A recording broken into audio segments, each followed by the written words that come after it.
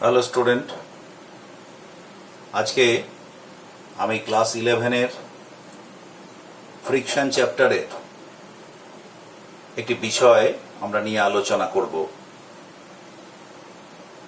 আমরা ইতিমধ্যে ফ্রিকশনের যে সমস্ত ফান্ডামেন্টাল ডেফিনেশন এবং কনসেপ্ট সেগুলো সম্পর্কে একটা ধারণা আমাদের তৈরি হয়েছে। আমরা আজকে যে বিষয় আলোচনা করব তা হচ্ছে নততলের ওপর রাখা বস্তুর সাম্য, অর্থাৎ equilibrium of a body on a incline plane, অর্থাৎ ইনক্লাইন প্লেনের ওপর রাখা বস্তুর সাম্য কিভাবে থাকছে, কিভাবে হচ্ছে। এখন নিশ্চিতভাবেই এটা বলে দেওয়ার অপেক্ষা রাখে না যে নততলের ওপর রাখা, যে নততলের ওপর এই বস্তু রাখা আছে অবশ্যই সেই নততল হচ্ছে একটি অমসৃণ নততল। তার মানে এখানে ঘর্ষণ বল কাজ করছে। এটা যদি মসৃণ নততল হতো তাহলে সরাসরি নততলের ওপর কোনো বস্তু রাখলে নিচে গড়িয়ে পড়তো। তো আমরা জানি যে একটা নততলের ক্ষেত্রে একটা নির্দিষ্ট কোণ, নততলের একটা নির্দিষ্ট আনতি কোণ পর্যন্ত একটা বস্তু স্থিতাবস্থা বজায় রাখে কোনো রকম বল প্রয়োগ ছাড়া। অর্থাৎ একটা নততল যদি আমি আস্তে আস্তে আনতি কোণটা বাড়াই তাহলে একটা পার্টিকুলার অ্যাঙ্গেলে সেই নততল এবং সেই বস্তুর জন্য একটা নির্দিষ্ট কোণে নততল এই বস্তুটা জাস্ট গড়িয়ে পড়ার, মানে ঘষড়ে পড়ার উপক্রম করবে। এই যে অবস্থা, এই অবস্থায় তার মানে সীমাস্থ ঘর্ষণটা কাজ করছে, মানে ম্যাক্সিমাম ফ্রিকশন। কার বিরুদ্ধে? না, অভিকর্ষ বলের একটা উপাংশের বিরুদ্ধে। এবং ইতিমধ্যে আমরা জানি যে তল বরাবর সেই উপাংশটা হচ্ছে mg sin থিটা, এম বরের বস্তু হলে। তাহলে mg sin থিটা উপাংশ বলের বিরুদ্ধে যে ঘর্ষণ বল কাজ করবে সেটা হচ্ছে ম্যাক্সিমাম ফ্রিকশন ফোর্স। এবং এই অবস্থায় যে কোণের জন্য এই অবস্থাটা তৈরি হচ্ছে সেই কোণটাকে আমরা বলছি স্থিতিকোণ বা বিরাম কোণ। ওই নততলের স্থিতিকোণ বা বিরাম কোণ। তো আমরা প্রথমে দেখি যে একটা নততলের ওপরেতে একটা বস্তু রাখা আছে, তার ওপর আমরা একটা বল এখানে প্রয়োগ করব। সেই বলের মানটা আমরা এখানে বার করব। কত হলে, মিনিমাম কত হলে সেই বলের মানটা, মিনিমাম কত হলে এটা সাম্যাবস্থা বজায় রাখবে। এখন এই বলটা আমরা প্রয়োগ করব নততল বরাবর উপর দিকে, বরাবর নয়, নততলের উপরের দিকে, যেটা নততলের সঙ্গে একটা নির্দিষ্ট কোণ করে আছে। লেটার সাপোজ এটা আমরা ধরলাম আলফা কোণ করে আছে। তো সেক্ষেত্রে দুটো সাম্যাবস্থার, দুটো অবস্থার উদ্ভব হতে পারে। এক, ওই বলটার প্রয়োগের ফলে বস্তুটা ওপর দিকে ওঠার উপক্রম করতে পারে, জাস্ট ওঠার টেন্ডেন্সি তৈরি হবে, ওপর দিকে ওঠার নততল বরাবর। আরেকটা হতে পারে যে বলের মানটা এমন হবে জাস্ট ওটাকে নিচে নামার প্রবণতা তৈরি হবে। মিনিমাম ফোর্স যদি প্রয়োগ করা হয় নিচে নামার প্রবণতা তৈরি হবে। তাহলে আমরা এই দুটো অবস্থাই একটা একটা করে বলবো। প্রথমে হচ্ছে ওপর দিকে ওঠার জন্য যে উপক্রম হচ্ছে বস্তুটা, কত মিনিমাম কত বল প্রয়োগ করলে বস্তুটা নততল বরাবর ওপর দিকে উঠবে। তো আমি প্রথমে একটা ছবি আঁকছি, দেখা যাক।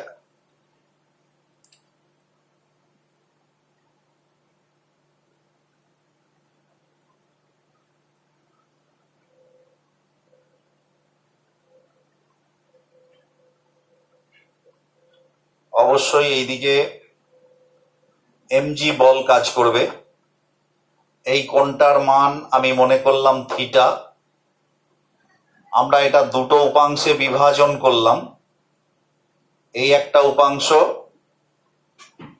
আর নততল বরাবর নিচের দিকে একটা উপাংশ। এই কোণটা যদি থিটা হয়, অবশ্যই আমরা আগে জেনেছি এই কোণটাও থিটা হবে, তাহলে এটা হবে mg cos থিটা আর এটা হবে mg sin থিটা।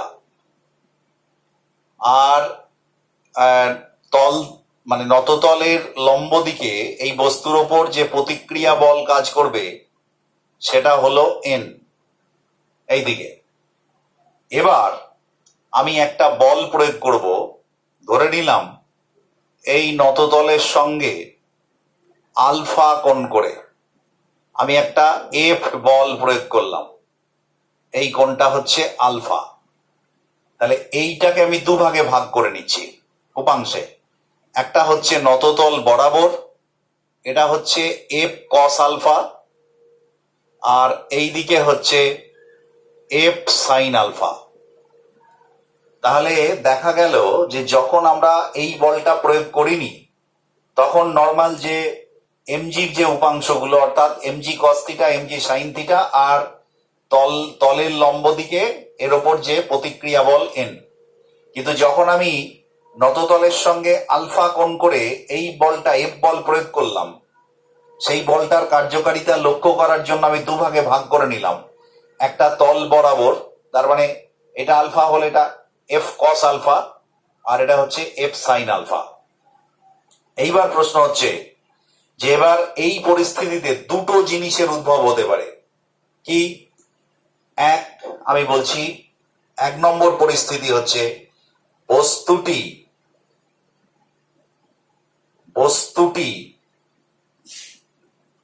উপর তল বরাবর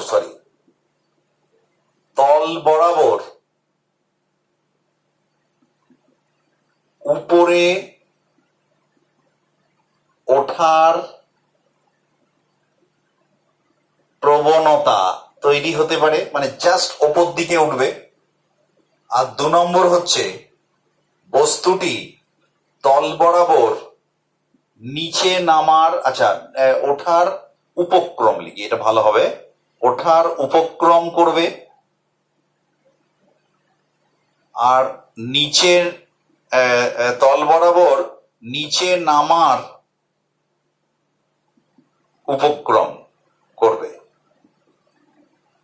তাহলে এই পরিস্থিতিটা কেমন? তাহলে প্রথমে আমরা 1 নম্বর পরিস্থিতিটা বলবো যে বস্তুটা তল বরাবর ওপরে ওঠার উপক্রম করবে। এই বলটার মান এমন হবে, একটা মিনিমাম ফোর্স আমি প্রয়োগ করব যাতে করে এই বস্তুটা তল বরাবর ওপর দিকে উঠবে। আর দ্বিতীয় ক্ষেত্রে এই এফ এর মানটা এমন হবে যেন বস্তুটা তল বরাবর নিচের দিকে নামার উপক্রম করবে। পার্থক্যটা কি? পার্থক্যটা আর কিছুই নয়, এই সমস্ত উপাংশগুলোই এরকম থাকবে, শুধুমাত্র ঘর্ষণ বলের অভিমুখটা পরিবর্তন হয়ে যাবে। কিরকম না, ঘর্ষণ বলের অভিমুখ পরিবর্তন হয়ে যাবে। ধরো প্রথম ক্ষেত্রে বস্তুটা তল বরাবর ওপরে ওঠার উপক্রম করছে, তার মানে ওপর দিকে যদি ওঠে তাহলে এই দুটো তলের যে সংযোগ স্থল, ঘর্ষণ বল এই দিকে কাজ করবে। এটা হলো প্রথম ক্ষেত্র। তাহলে একটা একটা করে ক্ষেত্র আছে। তাহলে প্রথম ক্ষেত্রে ঘর্ষণ বলটা নিচের দিকে, আর দ্বিতীয় ক্ষেত্রে হচ্ছে নিচে নামার, মানে নিচের দিকে যখন নামবে তখন ঘর্ষণ বলটা ওপর দিকে। আমরা আলোচনাটা আগে প্রথমে বস্তুটি তল বরাবর উপরে ওঠার উপক্রম করছে এই অবস্থাটা আমরা প্রথমে বিবেচনা করব, দ্বিতীয় অবস্থাটা পরে আসছি। তাহলে এইটা আমরা এখন আলোচনা করব। এখন তাহলে আমরা এখানে দেখতে পাচ্ছি এই ব্লকের ওপর, এই ব্লকের যদি এফবিডি করি তাহলে এই ব্লকের ওপর কি কি বল আছে দেখো। ওপরের দিকে আছে এন আর এফ সাইন থিটা, নিচের দিকে আছে এমজি কস থিটা এই দিকে, আর তল বরাবর নিচের দিকে আছে এমজি সাইন থিটা আর এই বরাবর আছে এফ ঘর্ষণ বল। তাহলে নিচের দিকে দুটো বল MG sine theta plus F, মানে দুটো বল আছে, আর ওপরের দিকে আছে এফ কস আলফা। এখন বস্তুটা নামার এই ওঠার উপক্রম করছে কিন্তু ওঠেনি, তার মানে এখনো স্থিতাবস্থা বজায় আছে, সাম্যাবস্থা বজায় আছে এক্সট্রিম পয়েন্টে। তার মানে এটা আমরা যদি সাম্যাবস্থায় বলগুলোর যদি সাম্যাবস্থা বিবেচনা করি তাহলে আমরা দেখব টোটাল নেট এই বরাবর অর্থাৎ এফ ওয়াই, আমরা যদি ওয়াই অক্ষ আর এটাকে এক্স অক্ষ ধরি তাহলে এক্স অক্ষ বরাবর নেট ফোর্স 0, ওয়াই অক্ষ বরাবর নেট ফোর্স 0। তার মানে আমরা লিখতে পারি এইভাবে, প্রথমটার ক্ষেত্রে লিখলাম, তাহলে লেখা যায় n plus F sine theta sine alpha সমান mg কস থিটা। তার মানে n সমান কত? n সমান হচ্ছে mg cos theta minus F sine alpha. এটা হলো n। আচ্ছা, এটা আমি 1 নম্বর লিখলাম। 2 নম্বর হচ্ছে এই তল বরাবর যে উপাংশগুলো, অর্থাৎ এদিকে কি আছে, এফ কস আলফা, আমি লিখতে পারি F cos alpha is equals to, এদিকেরটা এই দুটোর সঙ্গে সমান হবে, অর্থাৎ আমরা কি লিখতে পারি, mg sine theta plus F, mg sine theta plus F. এবার আমরা জানি, আমি এখানে লিখছি F is equals to mu N. তার মানে F is equals to mu into N এর মান আমি ইতিমধ্যে 1 নম্বর থেকে পেয়েছি এটা, অর্থাৎ mg cos theta minus F sine alpha. আমি এখানে বসালাম mu into mg sine theta, N এর মান mg cos theta minus F sine alpha, এখানে বসিয়ে দিলাম। তাহলে আমরা লিখতে পারি F cos alpha is equals to mg sine theta plus mu into, আমি যদি একবারে গুণ করে লিখে দিই কারণ জায়গা কম আছে, একটু সঠিক করছি ক্যালকুলেশনটা, mu mg cos theta minus mu F sine alpha, mu F sine alpha. এখন আমি তো এফ এর মানটা বার করতে চাই, তাহলে এখানে একটা এফ রয়েছে, এই একটা এফ রয়েছে, আমি এটাকে এই দিকে নিয়ে আসি। তাহলে আমরা কি লিখতে পারি, এফ কস আলফা, আমি একবার এফটা কমন নিয়ে নিচ্ছি তাহলে একটু তাড়াতাড়ি হবে, F cos alpha plus mu sine alpha, এই যে এফটা কমন নিলাম এটা থেকে, আর ডান দিকে পড়ে রইল mg sine theta plus mu mg cos theta. তাহলে পরে এফ সমান আমি এইটা বাই এইটা লিখতে পারি। তো এখন এইটা লেখার ক্ষেত্রে আমায় মুছতে হবে একটুখানি, কারণ ক্যালকুলেশনটা করব আমি ওপরে ছবিটা এবং এই অংশটা মুছছি, আমি শুধু এই লাইনটাকে রাখছি, মুছে দিচ্ছি এটা।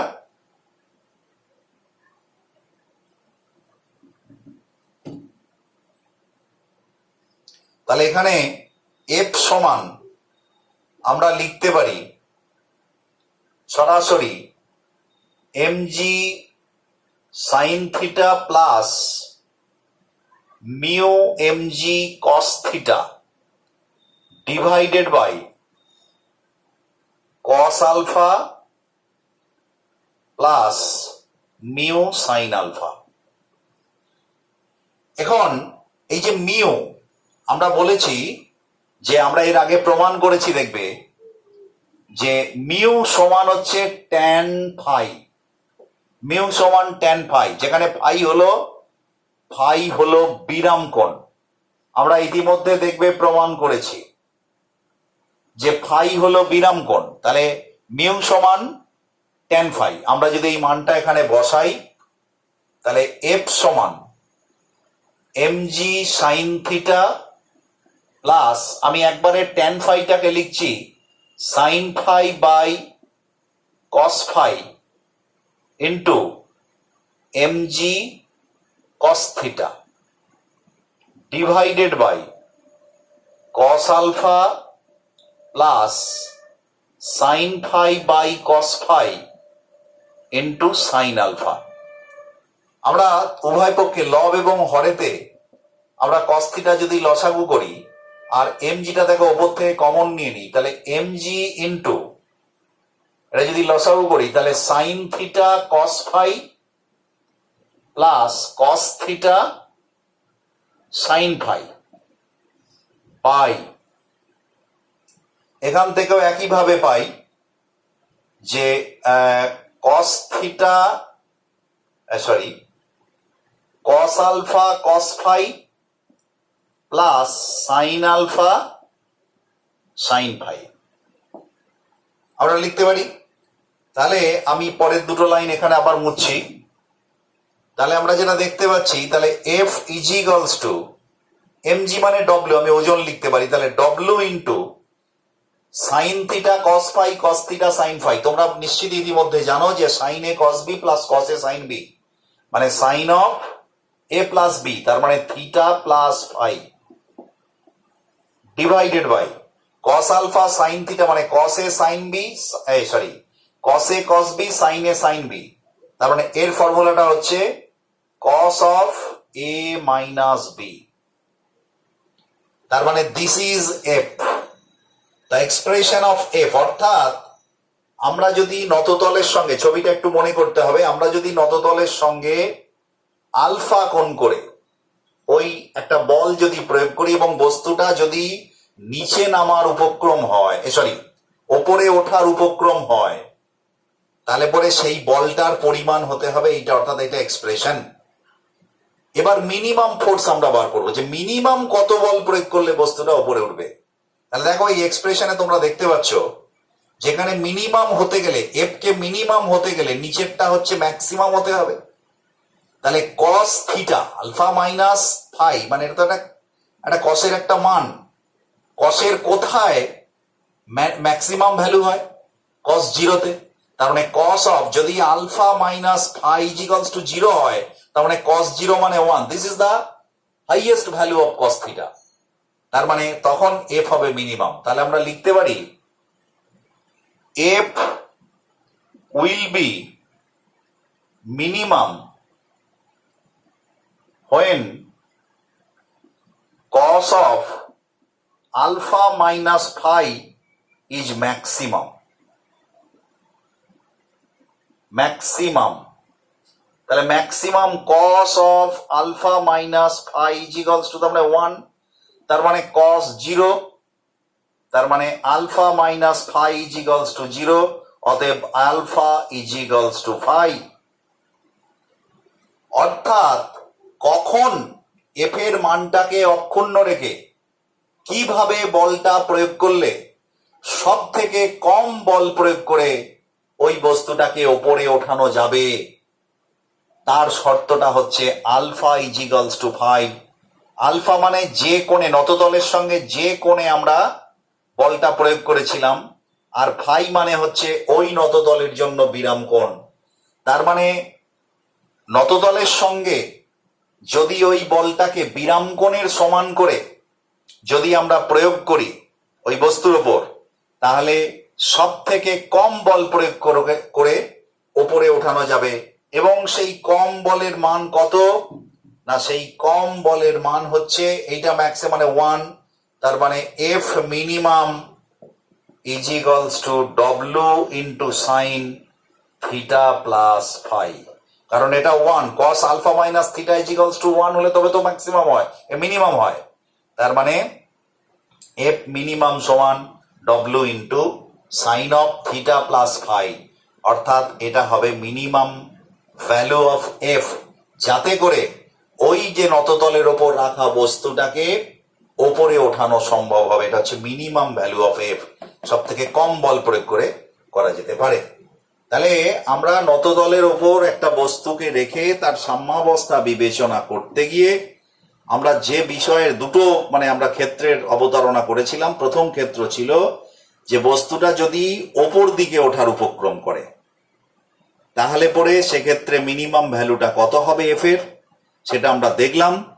এবারে আমরা দ্বিতীয় যে শর্ত, অর্থাৎ দ্বিতীয় ক্ষেত্রটা, অর্থাৎ সেখানে হচ্ছে বস্তুটা যদি নিচের দিকে নামার উপক্রম করে, সেক্ষেত্রে এফ এর এক্সপ্রেশন কি হবে আমরা একটুখানি জেনে নিই। তাহলে আমি এই অংশটা মুছে দিচ্ছি, আবার একটা ছবি আঁকছি।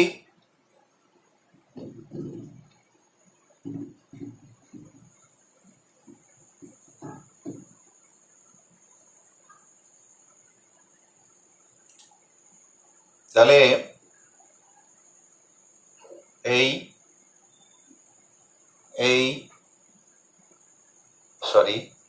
এটা থিটা, এটা বস্তুটা, এটা mg, এটা হচ্ছে থিটা, এটা হচ্ছে mg cos থিটা, এদিকে হচ্ছে mg sin থিটা, এদিকে হচ্ছে n। এবার এই বস্তুটাকে f, আবার একটা বল প্রয়োগ করলাম আলফা কোণ করে, এদিকে হবে f cos আলফা আর এদিকে হবে f sin আলফা। এই হচ্ছে চিত্র।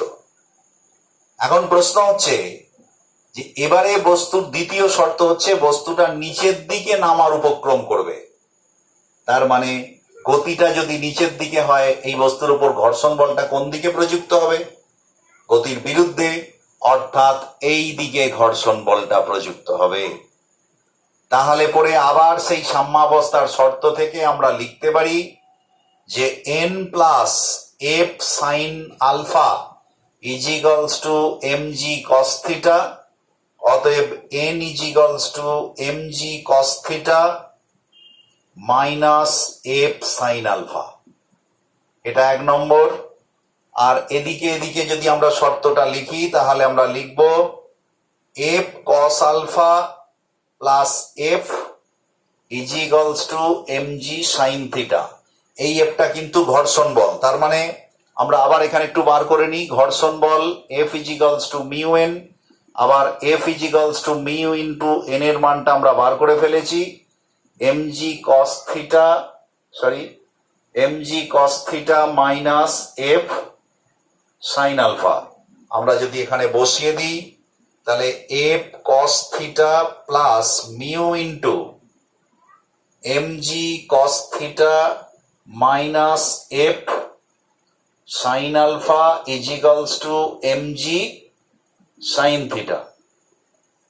তাহলে এটাকে একদম ভেঙে সরাসরি আমরা লিখছি, এফটাকে এদিকে রাখছি, তাহলে f cos আলফা কমন গেল, আর এইখান থেকে একটা মিউ এফ মাইনাস মিউ, এফটা কমন নিয়েছি, তাহলে মিউ এফটা কমন নিয়েছি, তাহলে মিউটা রইল মিউ সাইন আলফা, আর ওদিকে গেল mg সাইন থিটা ওদিকে আছে, আর এদিকে গেল মিউ mg cos থিটা, এইটা ওদিকে চলে গেল। তার মানে ঠিক একইভাবে আমরা f সমান বার করছি, mg কমন নিলাম, এখান থেকে এলো sine theta minus mu cos theta by cos alpha minus mu sine alpha. এইবারে আমরা ঠিক একইভাবে আগের মতো যদি আমরা মিউ এর মান বসাই তাহলে আমরা যেটা পেতে পারি সেটা হচ্ছে এরকম একটা এক্সপ্রেশন আমরা পেতে পারি, f is equals to mg।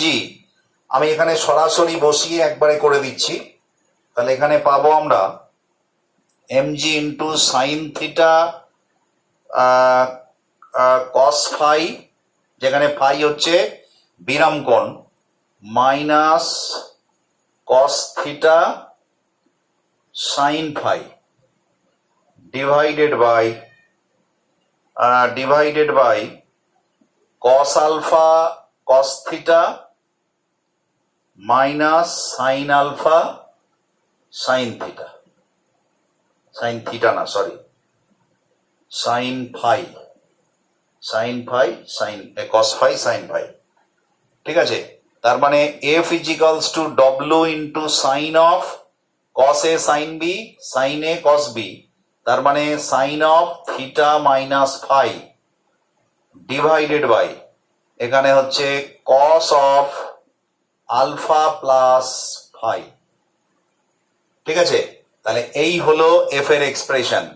ঠিক একইভাবে আমরা এখানে বলতে পারি যে এটার মিনিমাম ভ্যালু হবে এফ মিনিমাম, তার মানে এটা ম্যাক্সিমাম, তার মানে আবার cos 0 মানে 1, তার মানে এফ মিনিমাম সমান হচ্ছে w sine of theta minus phi. তাহলে আমরা দেখলাম যে একটা নততলের ওপর একটা বস্তুকে রেখে আমরা যদি একটা বল প্রয়োগ করি তাহলে সেই বলের জন্য বস্তুর যে সাম্যাবস্থা, সেই সাম্যাবস্থাকে আমরা দুটো ভাগে ভাগ করতে পারি, বস্তু নিচে নামার উপক্রম করলে আর ওপরে ওঠার উপক্রম করলে। এটা হচ্ছে নিচে নামার উপক্রম করলে, সেই জন্য এটা আমরা এফ বলটা অর্থাৎ ঘর্ষণ বলটা উপর দিকে কাজ করেছে তল বরাবর। আর আগের যে ক্ষেত্রটা আলোচনা করলাম সেটা হচ্ছে নিচের এই ওপরে ওঠার উপক্রম করলে তখন ঘর্ষণ বলটা নিচের দিকে কাজ করেছে তল বরাবর। এবং দুটোরই মিনিমাম আমরা যে কত ফোর্স, এই ফোর্সটা কত প্রয়োগ করলে এখানে হবে, সেই একইভাবে F minimum is equals two এক্ষেত্রে হলো W into sine of theta minus five. তো আমরা তাহলে দেখলাম যে একটা নততলের ওপর বস্তুর সাম্য একটা বল প্রয়োগে কিভাবে সেই সাম্য রক্ষিত হচ্ছে, অর্থাৎ মিনিমাম কত বল প্রয়োগ করলে বস্তুটা ওপর দিকে উঠতে পারে বা ওঠার উপক্রম হয়, নিচের দিকে নামার উপক্রম হয়, আমরা এটা জানলাম। আজকে এই পর্যন্তই। ওকে, থ্যাংক ইউ।